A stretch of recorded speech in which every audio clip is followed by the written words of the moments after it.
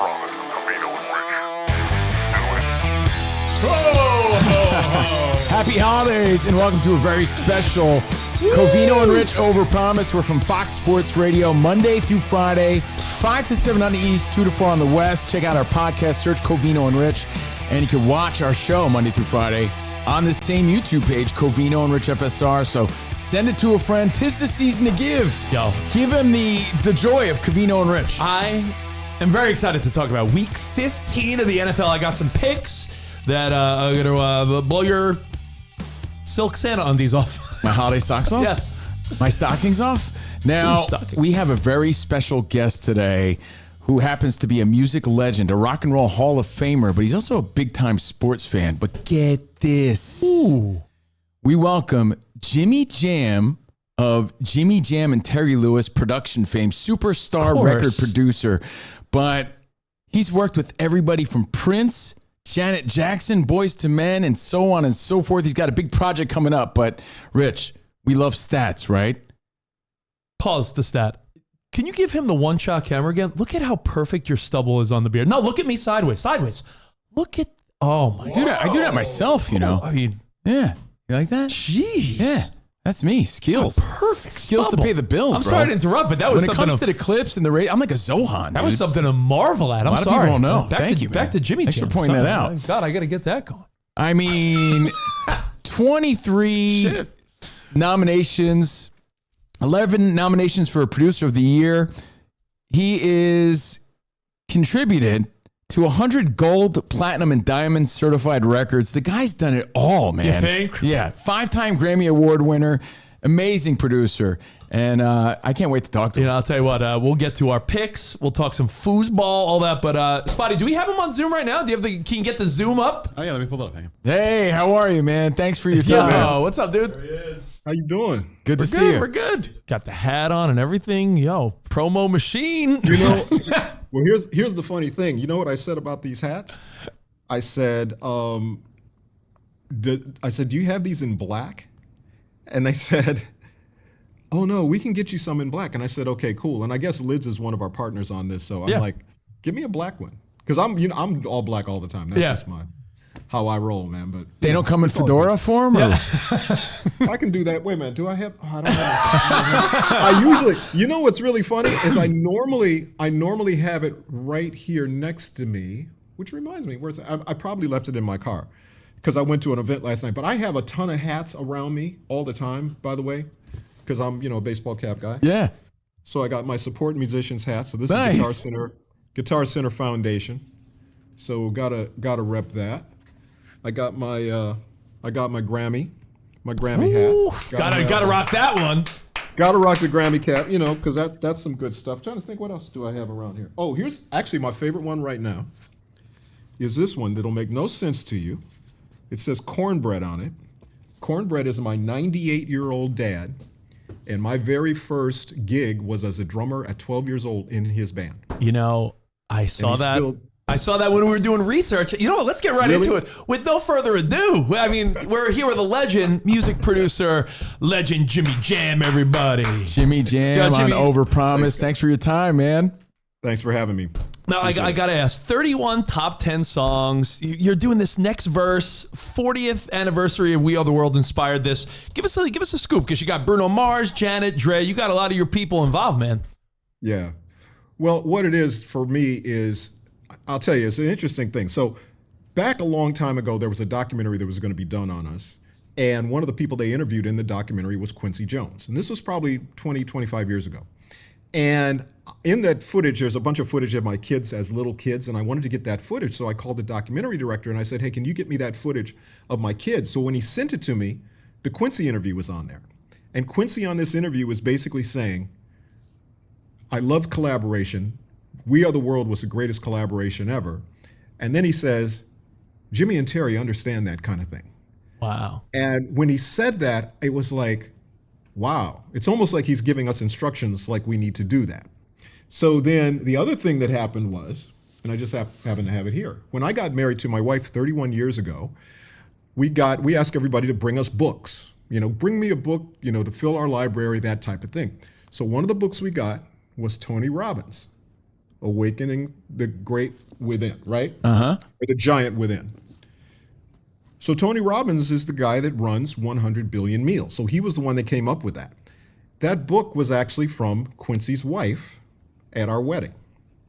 So there was all kinds of weird little things that were kind of saying, we need to do this, and now's the time to do it.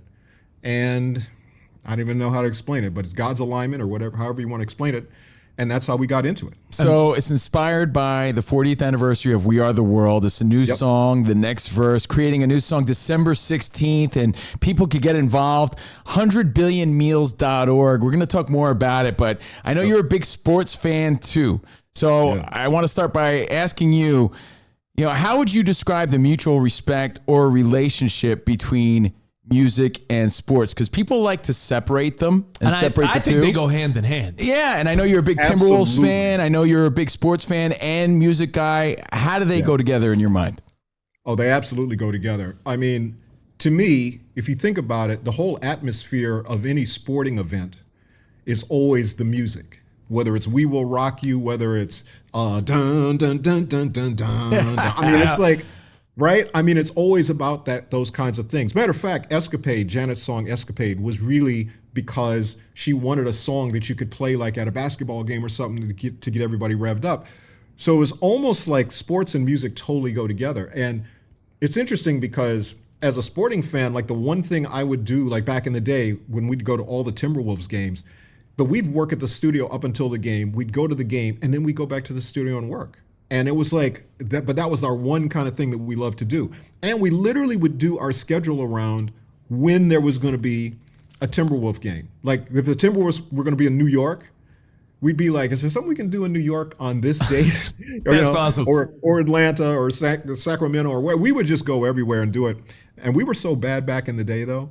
I remember the refs would come up to us and they'd just go, you guys are really loyal, because we'd be on the road getting our butt whooped and stuff. So, but yeah, man, sports and music totally goes together. And you think about it, people that do sports want to do music. People that do music want to do sports. It always seems that way, man. And for people who don't know, Rich alluded to it before, but Jimmy Jam and Terry Lewis, legends who've worked with everybody. I mean, everyone under the moon. He mentioned Janet Jackson, but, we used to see you rocking your suit and all the videos and the hat and everything. So, well, so forget all the people he's worked with. Yeah. Our Boston friend Scott said he's the best Timberwolves fan there is. He goes, Jimmy Jam might be the super fan of all super fans. I love it. With the T-Wolves. I love it. Yeah. I mean, when you see those players, some of these is it cool when some of the younger cats acknowledge what you've done for music? Because these kids, we forget sometimes, they're like 20-something.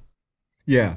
No, a lot of them have no idea. Somebody asked me, so I was fortunate enough to, back in the early days, I got to know KG really well and became sort of a mentor for him. And as a matter of fact, he actually married my wife's sister. So he was my brother-in-law for a while.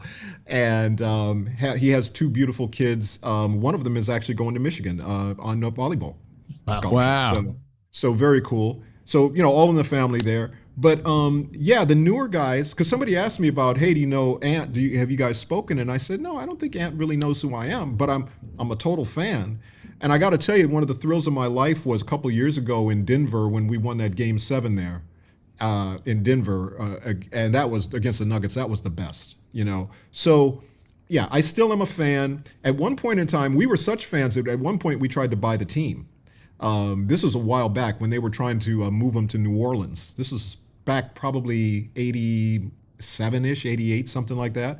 And they were trying to move the team. And Terry and I put together a group with Janet. And we had Janet, we had Quincy, we had Denzel Washington. We had a whole group of folks. And we were going to buy the team. And then Glenn Taylor came in and bought the team. And they said, you want to be a part of the team? And I said, no. I said, we just wanted the team to stay. That was our goal. And it all worked out really cool. But no, diehard Timberwolves fan, love the new team. We got to figure it out, but most of the teams this year got to. If you're not, OKC. Are they going to lose more than one game? Jeez, my goodness. That's the start they're off to is crazy. But it'll some injuries will hit. There'll be some things that hit that turn that around. And we've seen enough basketball to know that at the beginning of the season, it's nice to get off to a nice start. Yeah. The thing that gets dangerous is that if you only have a few wins, and let's say that all-time record is in, how much do you go for that versus, you know what, no, we need to rest some guys and do that. So that'll be interesting to see how they deal with that if they continue to have the amount of success that they do. Jimmy Jam, I got to ask, back in the day, you brought up Quincy, that documentary, We Are the World, where you saw he just had the respect of every big name. They're all in the same room. The story behind We Are the World is amazing. Nowadays, technology has made things a little easier, or has it hurt it, or both? Like, what's your thoughts on how you could dial up a Zoom session, or back in the day, like even in broadcasting, you used to need racks of equipment. We could do a broadcast from like the beach with a little machine now. Like, has technology helped or hurt? It's changed it. And I think it's your opinion on whether it's better or not as good. Yeah, the thing about We Are the World was, first of all, they had a moment where everybody knew they had to be there, and in order to take part.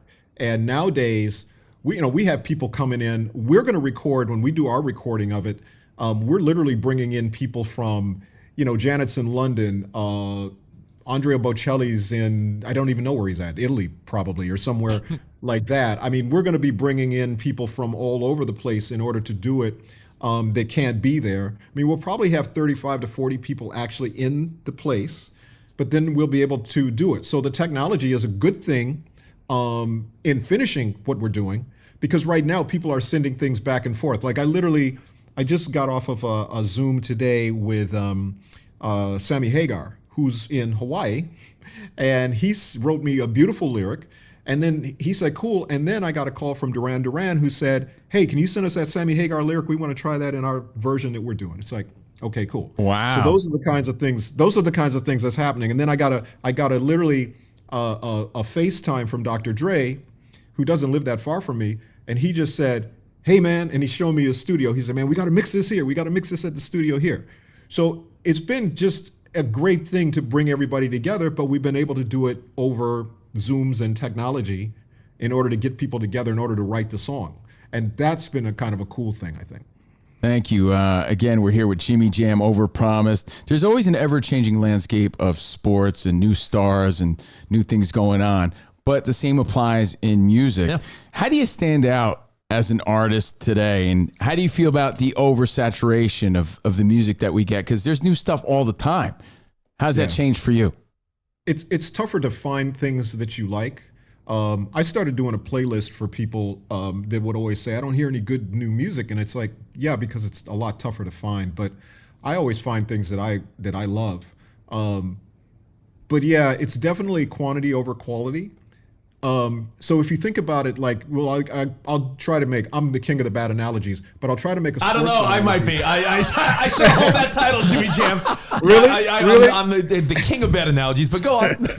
No, so I was gonna say, one of the examples I use is because of the way the access that people have. Like, so you used to, in order to even go in a recording studio, to even touch a board or to do any of those things, there was a certain protocol that needed to happen. You had to have, some sort of training, or you had to have, somebody at least, a word of mouth that, oh no, this guy's really cool and something. So you had to be vouched for, or you had to be ready, right? Yeah. Yeah. So that had to be there. So if you think about that, it's the same way, like think about a football field. So what if everybody that's sitting in the stands watching the game decides, you know what, I can go on the field, I can catch a ball. I can throw a ball. I can, I can do that. Jimmy, listen, we feel the same way as broadcasters. We've been in radio and broadcasting, radio, TV for 20 years. Right. They always say, what do podcasts and buttholes have in common? Most people have them, and everyone has them when they stink. Because who doesn't have a podcast now, right? We get it. I like that. Feel free to use it. That's a good one. But that's the thing. It doesn't necessarily make it better. It just means that more people are doing it. Yeah, everyone's got one. Yeah. So how do you stand out, though? Like, how do you stand out from the rest when there's so much of it? Yeah, I just think you have to figure out a way to kind of cut through. And I think you watch the way people use, social media now. They use Instagram. I'd probably do more music discovery on Instagram than any other place. Radio, though, is still important in its own way because it's a curation system. I tell people all the time, particularly DJs, that it's so important you remember the first time you hear a song, but if somebody introduces you to that song, to me, there's a specialness of the people that present that song to you.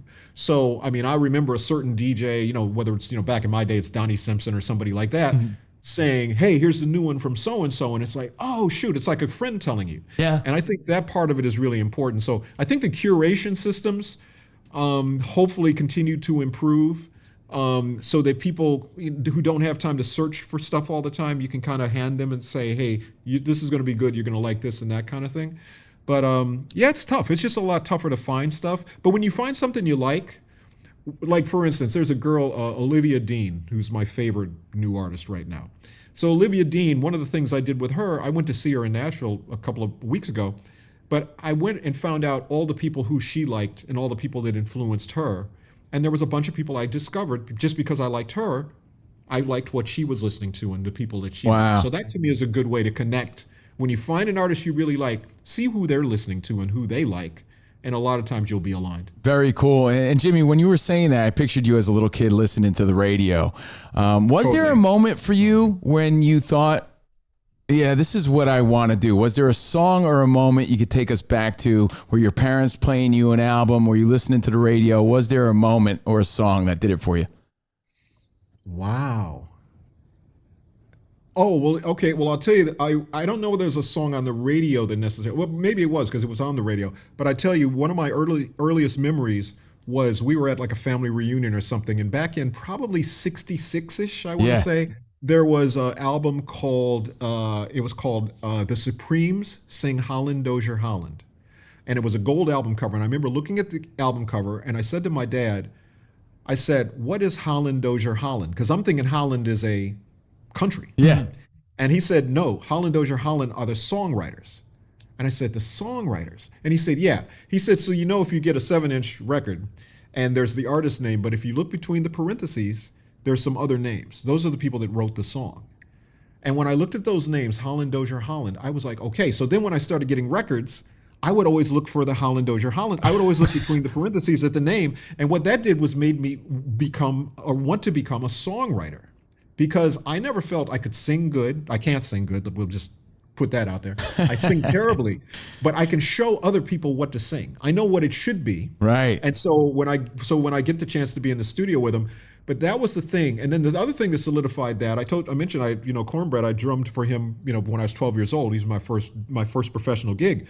But when I met Terry Lewis that same year, which was 1973, Terry already had a drummer in the band he had, and he said, you should play keyboards. And I said, why? And he said, because your dad plays keyboards, you should be able to play.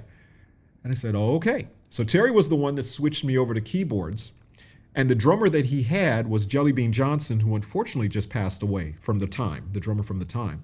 But literally that foundation of those groups back then became The Time and Prince and all of those Minneapolis groups that led to us being able to speak to you guys today. Wow, amazing. And by the way, it all ties together because wasn't Prince supposed to be on We Are the World and he just didn't show up or decided to do his own thing?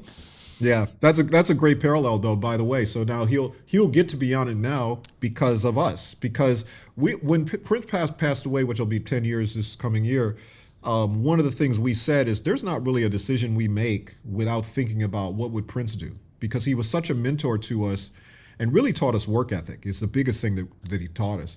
But this is an example of all the people. Sheila E. is going to be on it, and Sheila E. was part of the original, but she's going to be on this. Stevie Wonder was part of the original. He's going to be on this.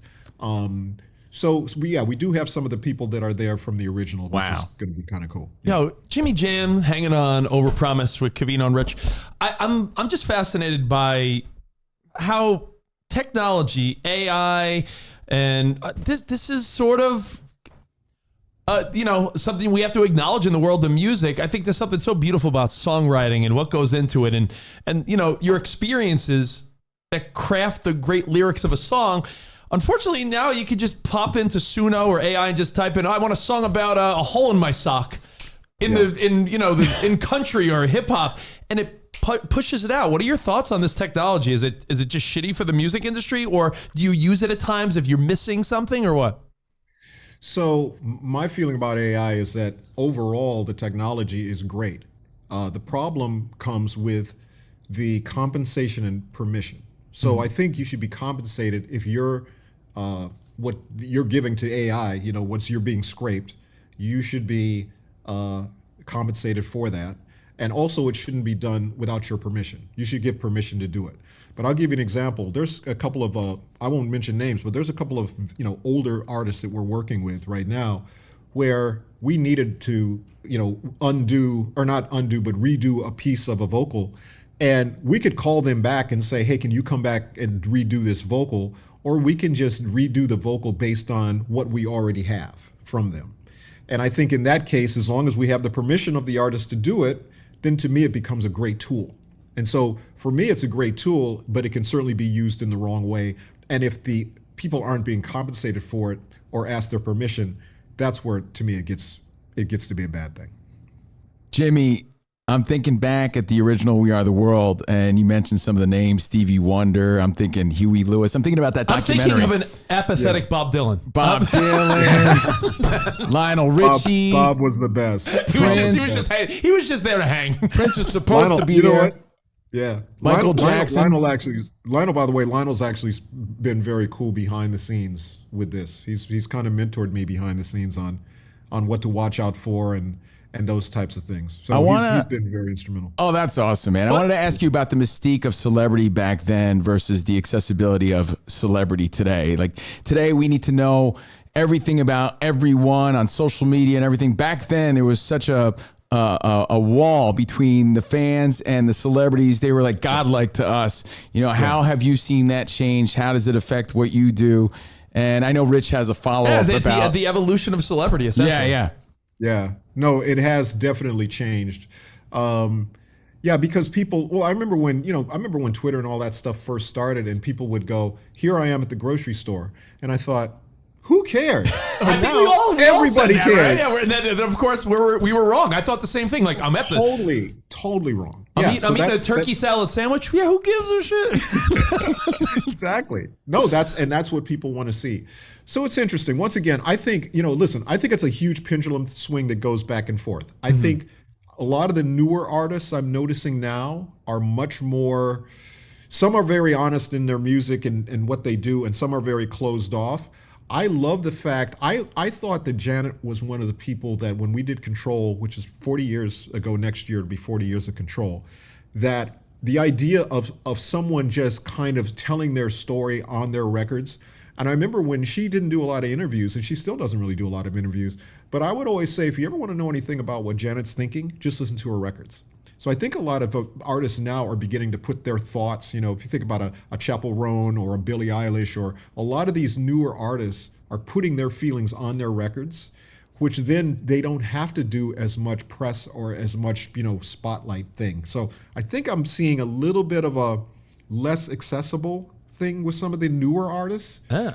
But once again, the choices are all there. You can kind of do it the way, and some people love when the camera's on. I'll tell you one quick story.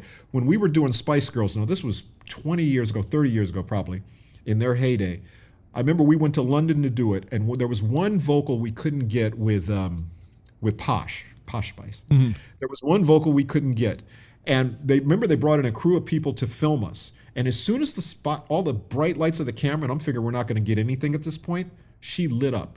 And she killed the vocal. And I told the engineer, record, and we caught it. But what was interesting about it was it showed different personalities. Some people want to be very closed off and they don't want to be in front of it. Some people, when the bright lights come on, that's when they shine. And I'm sure that it's the same thing in sports. There's certain people that are great practice players and they get in a game with the lights and the crowd and they just can't do it. Jimmy Jim, you nailed it, I'm man. telling you, not to name drop, but Jerry Rice once told us that. He goes, you'd be amazed what said there's some practice players where you're like, oh my God, this guy's amazing. Lights go on, they turn off, and he would say that. And then there's the opposite. The opposite. He goes, I'm not the fastest guy, but in a game, no one's catching me. Right. That's right. That's exactly. That's wild. Right. So by the way, see that across everything to me. You said Posh Spice. I'm thinking how adorable are her and David Beckham together. Oh, they're gross. they're grossly adorable together. Yo, I had a question about a good hypothetical we've discussed for a while. But before I get to that, I do have a question about Lionel Richie. It was because when you were talking about how he was helpful to you, watching that documentary about We Are the World made me realize that, I was a kid of the 80s. I didn't realize what a megastar, the charisma, and then you see him judging on American Idol. Is he maybe one of the most charismatic, amazing people ever? Like Lionel Richie, I have a whole new respect for him just by watching that documentary. Yeah, he is. And exactly what you see and what comes across in the documentary is exactly who he is as a person. He is the most humble, but great stories. And I remember when we got nominated for an Academy Award back in '93 for Janet's song. And I remember he took me to lunch and he kind of walked me through the process. This is how it's going to be. This is what, and we ended up not winning. I think Bruce Springsteen might have beat us out, but hey, it's Bruce. So it's okay. But anyway, it was like, he was so supportive and so cool. And we've struck up a friendship, and then we've been aligned in a lot of interesting things. When he got his star on the Hollywood Walk of Fame, the people that inducted him was myself and Jay Leno, and we're actually recording the event that we're going to do, the recording event, on the old Jay Leno stage. So there's kind of a weird alignment of things there. And also, Lionel Richie and myself went into the Rock and Roll Hall of Fame the same year. So we're kind of aligned in a whole lot of different ways. But Lionel is a superstar in any possible imagination, as a friend, as a mentor, and as a singer, as a songwriter. I mean, he's got it all. Speaking of superstars again, we have the great Jimmy Jam here on Overpromised. He's worked with every superstar under the moon, has so many songs for days. Yeah. And, since you're so connected to the Jacksons, Janet Jackson in particular, what are your thoughts on the Thriller movie coming out? I'm looking forward to it. I was supposed to go to not a screening, but I was supposed to go to one of the tapings when they were taping. You saw the trailer though, right? Oh yeah. Okay. No, the trailer looks good. I like the way the trailer looks, but I was supposed to actually go to the film set and see some of the stuff. And Antoine Fuqua, who's directing the movie, is a friend from way back. But I'm excited to see it. I really am. And Michael's incredible. I mean, the fact I can pinch myself that Terry and I got to work with Michael and Prince. I mean, I think we're probably the only people that's happened to, and got to do a duet with Michael and Janet together, the Scream duet. Oh man, I hate to put you on the spot, but were you impressed by one more than the other? In different ways. Prince as a musician, he's the greatest musician ever to me. He could pick up anybody's instrument and play it better than them. Wow. He just was that kind of dude. And he can play basketball. And he can play basketball. He was actually a really good basketball player. He was really good. I'm telling you, he was like Steph Curry, man. He had handles. He was serious. That's crazy. And Michael just embodied music. Michael wasn't necessarily a musician, but he could tell the musicians what to play and make it, really beautiful. So to me, each in their own way, they were amazing. Now they weren't compatible. Like, they never worked together, and I don't think they would have been compatible, because I can tell you, Prince was literally start a song and end it the same day. It's done. It's mixed. It's over. Michael would be, I remember when we did Scream, and he'd go, okay, we have to challenge ourselves to really make sure that we have the right lyric. And it's like, okay. And after about 2 or 3 days of challenging ourselves, Terry said, hey man, the lyric's fine. Let's go. Right? Let's move it along. He was overthinking it. Yeah. And that's right. He overthought everything. But that was where Quincy came in as such an important thing. And if you think about Michael's tutelage, he started off with Berry Gordy at Motown. He went to Gamble and Huff in Philadelphia, and then he went to Quincy Jones.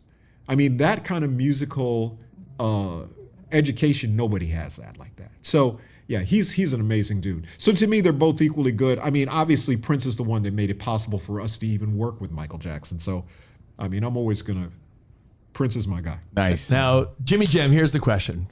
Not to be prisoners of the moment or not to glorify the past. Yes. When you see what's happening with Taylor Swift and the Swifties around the world, is it comparable to Michael Jackson in the 80s? Is it fair to make that comparison? We often debate this. We often debate, like, is it the closest thing? Is it on the same level? I mean, who would know better than you? It's the closest thing because it goes beyond the music that she makes. It's about the way she affects culture. The fact that, people will tune into a Chiefs game who won't watch a football game. So when you think about that, and if you want to talk about that, I don't know whether you can see it. I have, amongst my bracelets, I do have Look at that. Taylor Swift. I got my Taylor Swift. You got a Swiftie bracelet. I got my Swiftie bracelet on that my daughter made me. Well, I don't know if this is a fair question then, because he's a Swiftie. but he was friends with Michael Jackson. I mean, who knows? True. Who knows better? Who knows better? I gotta listen. I'm old. I've been around a long time, man. So I'm friends. I'm friends with everybody. But I respect Taylor. I love what she does, and also she looks out for music makers. I also respect that. You know, a lot of the decisions she's made with the way she releases her albums, the fact that they're on vinyl, the fact that she called out a bunch of the streaming companies and said, "No, you won't put my music on here for free," and that kind of thing. Yeah. So I like Taylor a lot. Hey, Jimmy Jam, you work so closely with Janet, and it's been over 20 years now. I always thought that she got such unnecessary shit for the her and Timberlake halftime show. Yeah. When you see where society is now, as far as, you know, anything, right? How we like showing a nipple. Like, do you think like it really took its toll based on like something so insignificant when you look back?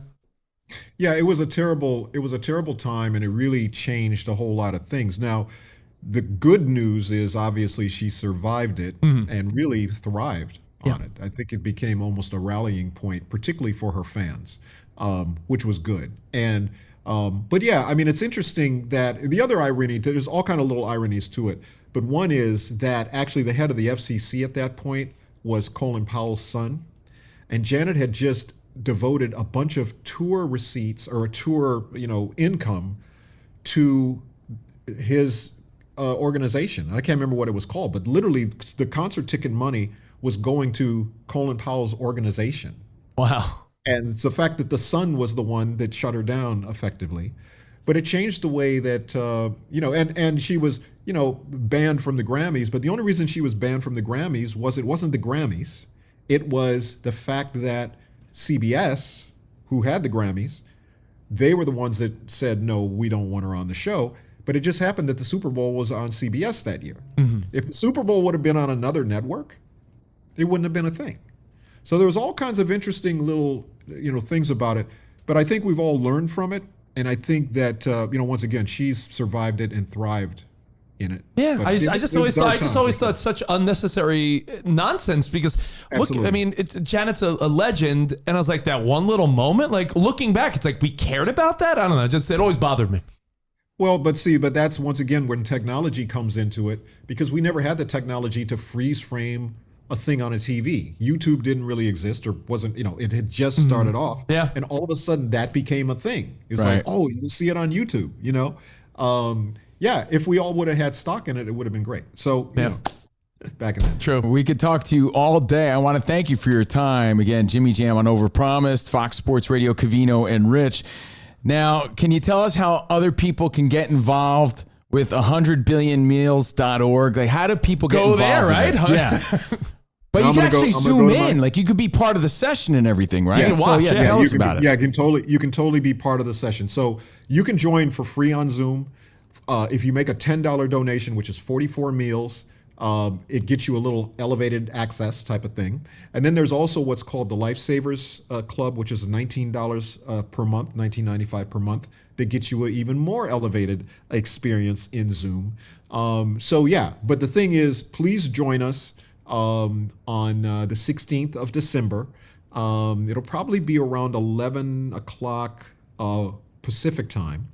And you can be the fly on the wall as we kind of try to recreate the inspiration of We Are the World with a ton of different stars, not only in the place, but also around the world on Zoom. Wow. Jimmy Jam, How cool is that? a guy that knows everyone. Jimmy, before you go, is there one rando artist? We were looking at the list of people you've worked with, and it's just endless. I'd spend 10 minutes just naming them all. Is there someone that you have an oddly fun relationship with that most people wouldn't know? Like, yo, you click so amazingly with who? Ooh, wow. Like an odd couple. Like, wow, would you believe Jimmy Jam's pals with blank? Oh, wow. Yeah, probably. Man, I'm trying to think. That's really funny because normally people go, who haven't you worked with who you want to work with? Yeah. That's normally the question. Yeah. Who is, wow. Dude, you know what? When I come back on the show, if I get invited back, Yes, we would love yeah. that. teaser, I'll have to think about who that is. That's like a weird, partner that I have. Oh yeah, okay. I'll tell you one that comes to mind. Okay. I'll tell you who comes to mind. So last year for my birthday, or not for my birthday, but a couple of years ago on my birthday, the guy's name is slipping my mind, so forgive me. Yeah. But there was a DJ that was getting a star on the Walk of Fame. And I had met him through some people at the Stern Show and stuff. And he said, would you come out? And I said, cool. And so I came out, star ceremony, happened to be on my birthday. And when he goes on stage, he starts talking and then he goes, oh, Jimmy Jam's here today. It's his birthday. Let's sing happy birthday to him. And everybody starts singing. Sitting to my left was Billy Idol. Billy Idol is yelling in my ear, happy birthday, with the British accent. And we're now friends. She has a documentary out that's incredible. And I just hosted an event at the Grammy Museum where they showed a screening of his movie and all of that. And so, yeah, Billy Idol is like a buddy now. That's so cool. There you go. Yeah, Perfect. so that's a good one. Yeah, Jimmy Jam. What a pleasure talking to you. Again, people can find out all this stuff at 100billionmeals.org, at 100billionmeals on social media. December 16th, you could be there. Boom. Yes. Join it on Zoom. And thank you again for your time. Thanks for being on Overpromised Fox Sports Radio. And we'll take you up on that rain date. We'll hang out. We'll do it again. A rain date. Let's That's do what you it call it, again. a rain date? A rain date. Yeah. Rain check. Whatever. Rain check. Thank you, Jimmy Jam. Thank you, guys. Thank you, man. All right. Thanks again to Jimmy Jam. Oh, how good was that? That was really cool. Appreciate your time. And I hope you guys enjoyed that. Legend. Music legend right there. Now it's time to get down to business. Week 15 of the NFL. 3 quick picks. Let's lock these in. I actually really like these. No disrespect to the Bills, but not so fast, Patriots. The Patriots beat the Bills earlier this year. Hard to beat a team twice, especially a division team that you have such a rivalry with now. True. Josh Allen showed a little heart last week in that snow game against the Bengals. So I just like the Bills' money line. They're playing in New England, but to think that the Patriots beat them twice in a year, that would almost like clinch a division for them. Not so fast. So I like the Bills' money line. Just win the game. I'm not saying you, but I feel like the general you, Yeah. the collective you, likes to downplay the Patriots too, though. Yeah, that is true. Right? Well, Drake may. We'll We'll see. How about this? The Rams out here in L.A. Put them up. Put them up. The Lions got some courage, Wicked style. They're 5.5-point underdogs. Now, I'm not saying they're going to come to L.A. and beat the Rams, who I still think are arguably the best team in the NFC. But they showed some freaking heart last week, Thursday night, against the Cowboys. They have the Rams have a shorter rest. The Cowboys Lions game gave the Lions a little extra rest time. So even if they don't win, I like them to keep it close. So Lions plus 5.5. Bam, lock that in. Even if they don't win, they just need to keep it close. And what do they got that I ain't got? Oh, courage. And this is a simple one. I'm calling this the old, this is the teaser bet of the week. Maybe not double digits, but definitely a tutty. The 49ers and Seahawks, 2 teams headed for the playoffs, in my opinion. They're playing shitty teams. The 49ers are playing the Titans. Oh, yeah. 2-10. The Niners are 12.5-point favorites. I'm not sure they'll win by double digits, but they'll certainly win by a touchdown, right? So Niners minus 6.5. And as much as I love the story of like, yo, is it going to be Phillip Rivers? Who's this going to be? The Colts have to travel to Seattle without a quarterback yet. Lock in the Seahawks minus 5.5. They're 11.5-point favorites, but maybe not double digits. Maybe there's a miracle, but I like the 2 Western Conference NFC West teams to win big here. So. I like it. Lock it in. Like it. So, Spot, say it. Screenshot it. Josh Allen, Detroit, and some NFC West domination. That's your Week 15 locks. All right, Thank you. Remember to follow us, Covino and Rich FSR on YouTube. Check out our show Monday through Friday. Thanks again to Jimmy Jam. Shout out to my grandma. She was a hell of a basketball player, bro. Ertita, dude. There you go. Ertita. And thank you. Hey, we'll see you guys tomorrow. Arrivederci, baby. See you in the Overpromised land. Goodbye. Peace.